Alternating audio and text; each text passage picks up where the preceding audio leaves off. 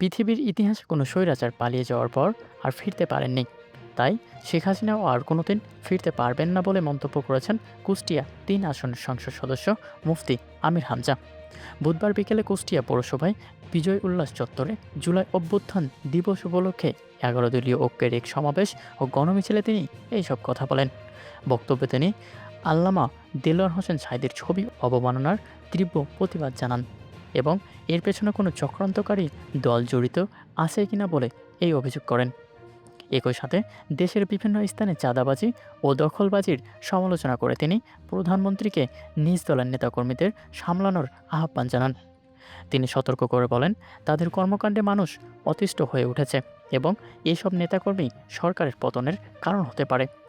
কুষ্টিয়ার স্থানীয় প্রশাসনের নানা স্তরে বিশৃঙ্খলা ও কর্মকর্তাদের ঘন ঘন বদলির কারণে উন্নয়ন কাজে ব্যাহতি হচ্ছে বলে আক্ষেপ প্রকাশ করেন এই সংসদ সদস্য।